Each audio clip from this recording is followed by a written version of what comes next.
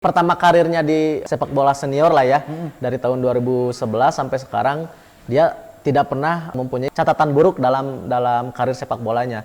Ketika Persib sekarang mengambil David da Silva adalah keputusan yang tepat. Dari sisi permainannya, akurasi dan kecepatannya luar biasa, Bang. David da Silva seorang striker yang produktif. Betul. Tapi kalau dia tidak bisa mendapatkan suplai bola, harus misalkan mencari bola sendiri ya dia juga tidak bisa. Artinya harus ada tandem yang cocok ya jadi untuk karakter dia.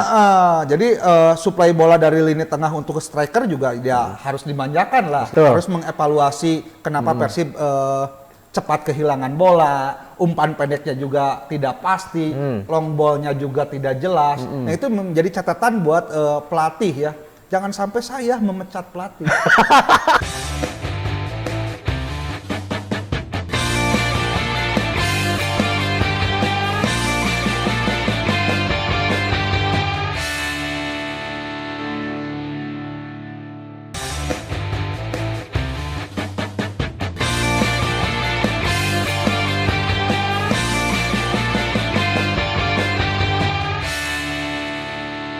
Selamat ya gini para bobotoh, salam dunia, bertemu lagi bersama saya Dede Angin dan selalu ditemani oleh Mau yang brengsek atau jangan dulu, nanti ada selip. kalau yang baik ada Gus Dur. Mang Gus Dur, ya boleh tepuk tangan dulu. Terima kasih. Ini masih di acara apa ini? Masih di acara ngoper, Mang. Apa itu ngoper, Mang? Ngomongkeun Persib. Kita akan membahas terkait pertandingan kemarin ya antara Persib melawan Persik ya. Persik Kediri. Mang. Ini gelap studio. Kacamata. Oh, kacamata. Saya kira gelap. Gelap ya. Atau masa depan. Oh, masa depan harus cerah. Harus cerah ya, harus cerah. Seperti masa depannya Persib. Gila. Dengan kedatangan pemain baru. Pokoknya mah yang tidak produktif, itu bisa cetak gol mah udah buang saja. Buang saja ya. Mungkin ada kesempatan. Kembali, Mang. Persib menang nih dengan skor 0-1 nih. Dimenangkan oleh Persib. Tapi Mang nahangeun hiji gitu. Udah kan strikerna. Oh, strikerna. Strikerna teu nyaho liang. Biasa ngurak atau di sawah di lapang nyahes ya langsungkeunana. Ya. Bola ge pelantung ka ditu deh. Nepikeun kemarinnya Mang ngadaguan striker mencetak gol Mang teh naon? Ninyuh mie nepikeun beuka. Padahal lamun eta saya geus janji lamun misalkan striker Persib eta bisa ngasupkeun dahar mihna dek asupkeun kana jero irung. Moal tanggung. Moal kana jero irung disedot ku aing mah eta. Disedot aslina. Asup deh. Aduh, kacau ya. Nah, banyak yang menilai bahwa ya sudahlah disyukuri cenah Mang. Apakah itu hal yang wajar atau memang ini akan menjadikan Persib terus normalisasi? Ya pada intinya mah dengan hasil kemenangan kemarin ya apapun hasilnya kita tetap menang ya harus tetap disyukuri. Kita bersyukur untung nanti naon Cik. Naon? Lawanna butut. Lamun lawanna alus mah da Persib oge bakal kabobolan gitu. Bakal kabobolan ya. Tetap disyukuri dengan hasil kemarin walaupun hanya 1-0 ya tetap Persib meraih 3 poin. Cuman yang jadi kekhawatiran bobotoh mungkin semuanya juga kenapa sih harus 1-0? Kenapa? Dan sangat kenapa, disayangkan ya. Sangat disayangkan karena terakhir catatan Persib itu selalu menang besar lawan Persik itu. Dan kalau tidak salah pernah menang 6-0 juga kalau tidak salah ya, tapi benar itu. Tapi benar. Dan kenapa kemarin secara permainan juga mungkin terlihat monoton, lini tengahnya juga tidak kreatif, suplai bola ke depannya juga istilahnya tidak produktif lah istilahnya. Di babak awal mungkin boleh lah ya. Di 25 menit awal boleh lah Persib menguasai pertandingan. Tapi setelah 20 menit di babak awal sampai babak kedua berakhirnya pertandingan ya kita khawatir. Malah lebih banyak diserang ya. Ya Persik bukan tuan rumah, Persik lebih menguasai permainan, serangan banyak peluang juga pemain Persik. Sayang itu Rashid KW juga belum bisa mencetak gol. Ya yang dari Persik yang sama-sama Katob. Katob. Ya, botak. Itu kalau nggak salah di menit 23 juga dia hampir mencetak gol. Ya. Tapi beruntung Teja Paku Alam Ya, Teja penampilannya bagus sekali. penampilan bagus Cuma ya. Ya tadi sekarang ada kesempatan istilahnya seri 3 sudah berakhir, berarti pertandingan pekan ke-17 sudah berakhir. Kita berarti putaran pertama. Kita menganggap putaran pertama sudah selesai, dan kita juga sekarang ada transfer window, bursa pemain. Saatnya Persib berbenah lah. Berbenah. Karena dari 1 2 3 seri ini ya produktivitas strikernya ya tidak ada lah. Tidak ada. Sekarang top skor juga masih sama Spaso dan Ciro Alves. Dia kejar-kejaran sementara dari Persib strikernya hanya baru mencetak 6 gol. Ya, 17 pertandingan 6 gol. Ya berarti tidak produktif dong. Artinya walaupun menang juga itu biasa aja karena melawan klub yang ada di papan bawah. Iya, Ya, gitu. Persib di papan bawah, dan Persib memang selalu menang lawan Persib, tapi jumlah golnya itu kan biasanya besar di atas ya. 2. Saya pengen nanya nih terkait bagaimana Benar, nomor rekening atau nanya apa? bukan. Kira bilang nomor rekening. Saya udah bahagia kalau nomor rekening. Gol yang diciptakan oleh Prets Butuan. Gimana tuh? Keren cek urang mah. Ya, itu mungkin bisa jadi menjadi gol terbaik pekan ini. Pekan ini ya. Kalau melihat dari golnya itu. Dan kalau tidak ada Pret mungkin juga Persib tidak bisa mencetak gol.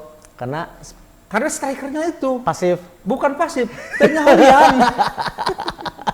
Biasa ngerak sekali. Gitu. Jadi kita punya striker pasif. Kayak Teja Paku Alam beberapa kali melakukan penyelamatan ya. Kita harus sedikitnya bangga juga ya kepada Persib mempunyai Teja Paku Alam mungkin ya. Nah, Mang, sekarang kita bahas pemain yang tadi disebutkan pertama, Mang. Oke. Pemain baru yang diresmikan hari ini oleh Persib Bandung. Gimana nih keputusan Persib Bandung mengambil pemain baru itu? David Da Silva. Oke. Ya, itu adalah satu keputusan yang mungkin bisa dibilang good. Bagus. Nah, itu bagus karena dari pertandingan kemarin juga Geoffrey Castillion sudah istilahnya out dari Persib, dan Persib juga sudah menyiapkan, berarti benar rumor selama ini yang katanya David Da Silva akan merapat ke Persib itu ya bukan isapan jempol, menjadi kenyataan. Ya mudah, kita mah tetap berharap David Da Silva bisa produktif, bisa membawa Persib di puncak, bahkan bisa membawa juara. Ya itu satu keputusan yang bagus karena David Da Silva juga salah seorang pemain yang berpengalaman bermain di Liga Indonesia. Di Liga Indonesia. Oke, pernah di Persibaya berapa musim. Ya, dari Persibaya ke Malaysia, ke Persibaya lagi kan. Persibaya jadi walaupun usianya 32 tahun, tapi untuk ukuran pemain di luar Asia ya masih tenaganya masih bisa diandalkan lah. Bahkan bisa dibilang dengan umur segitu, kalau untuk David Da Silva ya bisa dibilang matang, Mang. Ya betul, matang. Itu usia emas. Emas ya. Ya usia emas untuk ukuran pemain Amerika Latin ya, 32 tahun. Bapak berapa umur? Jauh banget dari David Da Silva. Tapi udah melewati usia emas. Belum. Perunggu terus nih. Gimana ya? Nah, kemudian gimana sih catatan sejarah dari David Da Silva ini? Ya kalau David Da Silva di Liga istilahnya di Liga Indonesia sudah punya pengalaman, bahkan di Surabaya juga menjadi pemain andalan. Bahkan kalau tidak salah pernah menjebol gawang Persib juga kalau tidak salah. David Da Silva ya sudah menjadi keputusan yang bagus lah buat manajemen. Istilahnya mah kieu lah pada intinya mah. Jadi tong sok meuli ucing dina jero karung. Tapi belilah kerbau yang katingali wujudnya seperti itu. Tapi David Da Silva bukan kerbau.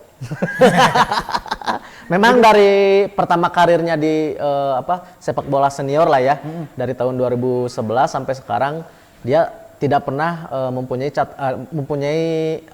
catatan buruk dalam karir sepak bolanya. Artinya kalau saya pandang ketika Persib sekarang mengambil David da Silva adalah keputusan yang tepat, Mang. Betul. Kita juga lihat dari sisi permainannya, akurasi dan kecepatannya luar biasa, Mang. Ya, David da Silva merupakan seorang striker yang bagus ya untuk di Liga Indonesia, kemarin di Surabaya juga istilahnya. Dan mungkin sudah tahu Betul.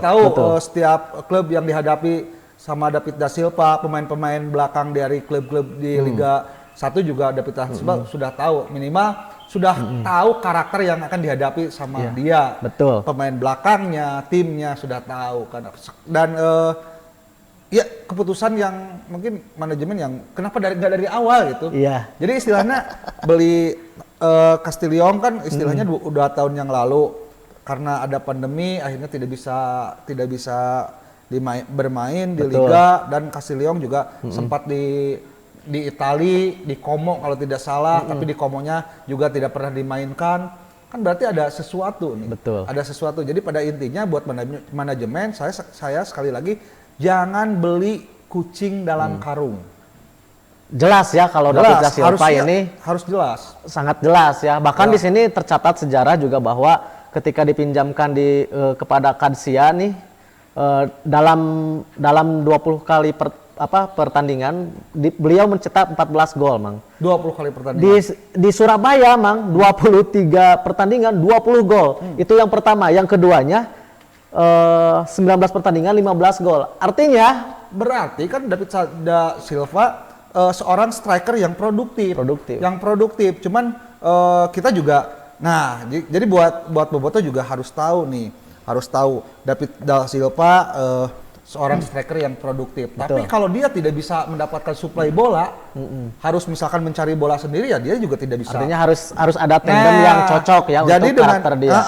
Jadi suplai bola dari lini tengah untuk striker juga dia harus dimanjakan lah. Jadi ini yang jadi pertanyaan, mungkin kenapa Wander Luiz atau Castillon juga butut ya, tidak pernah mencetak gol. Apakah itu dari lini tengahnya juga suplai bolanya menurut Bapak sudah mumpuni gitu? Sebentar, yang di sini hostnya siapa? Seharusnya saya. Saya. Iya. Gimana, sudah mumpuni? Ya, kalau kata saya ya tinggal sekarang udah ada striker yang istilahnya subur, produktif, berarti tinggal lini tengah penyuplai bola ke David da Silva-nya. Tinggal kerjasama yang bagus, suplainya, istilahnya striker itu harus dimanjakan. Harus dimanjakan lah. Dengan umpan-umpan yang matang. Jadi David da Silva hanya tinggal finishing saja. Tinggal ngelahap ya. Finishingnya aja. Jadi tinggal lini tengah juga. Saya rasa lini tengah juga sudah. Kita punya Rashid, punya Klok, di tengah juga ada Deddy Kusnandar. Ya tinggal kita suplainya. Jangan harapan Boboto alhamdulillah mungkin sama dengan saya, dengan kehadirannya David da Silva bisa lebih produktif Persibnya dalam mencetak gol, dan yang pasti harapannya ya tetap pengen Persib juara seperti itu, dan saya juga tetap mendoakan yang terbaik buat Persib, dan selamat bergabung buat David da Silva. Wih, tepuk tangan buat David da Silva.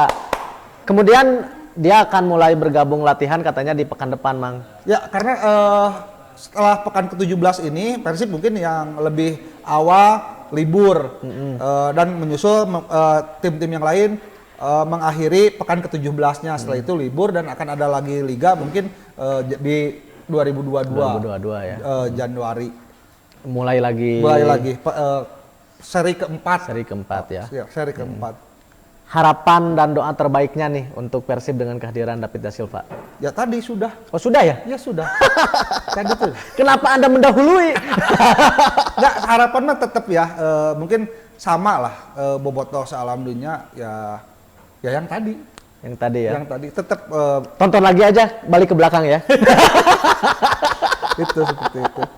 Pada intinya welcome Wilujeng Sumping David da Silva di Kota Bandung. Saya berharap bisa gacor, bisa produktif, dan saya berharap juga kerjasama antar lininya, kekompakan timnya, seperti kemarin aja. Kita kembali ke pertandingan Persik. Jadi mungkin pelatih juga melihat lah, harus mengevaluasi kenapa Persib cepat kehilangan bola, umpan pendeknya juga tidak pasti, long ball-nya juga tidak jelas. Nah itu menjadi catatan buat pelatih ya. Jangan sampai saya memecat pelatih. Ya. Anda siapa? Oh, saya bukan siapa-siapa. Berarti saya tidak punya hak. Ini mah cuma kalau saya Keresahan ya, keresahan. Oke. Karena kalau lihat pertandingan kemarin ya Persib boleh menang. Betul. Tapi dengan hasil 1-0.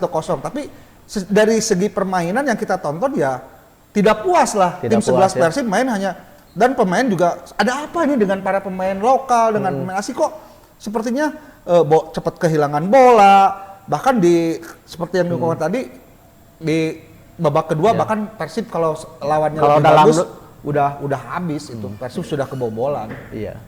Untung ada Pret. Seperti itu. Anu menyelamatkan. Iya, itu ada aya Pret lamun eueuh si Pret. Nya, ada kumaha jadi prat. Terima kasih Pret sudah ngapret. Iya, gitu. Ngabret. Selamat datang David Silva. Bandung cuacanya juga sama dingin tapi tidak sedingin Eropa ya. Tapi tetap doa di tahun depan ya di putaran kedua ya berarti kan Bandung menjadi lebih dingin dengan puncak klasemen. Wah, amin. Oke, Mang. Di putaran pertama ini kalau dari pengamatan Mamang nih, kira-kira posisi-posisi mana lagi nih yang memang harus dievaluasi. Harus dievaluasi atau ada nggak sih yang harus dievaluasi gitu kira-kira? Ya, kalau kita mengikuti perjalanan dari pekan ke-1 sampai ke-17 ini atau putaran pertama Liga 1 ini ya sebetulnya Persib sekarang ada di dua klasemen. Di bawah Bayangkara dengan selisih 3 kalau tidak salah. 3 ya. 3 kalau nggak salah. Nah, ya. Jadi sebetulnya banyak sih. Jadi menjadi catatan atau buat Coach Robert dan jajaran manajemen juga. Pertama mungkin dari striker. Dan striker sekarang manajemen sudah mencoret Geoprey dan mendatangkan David Da Silva.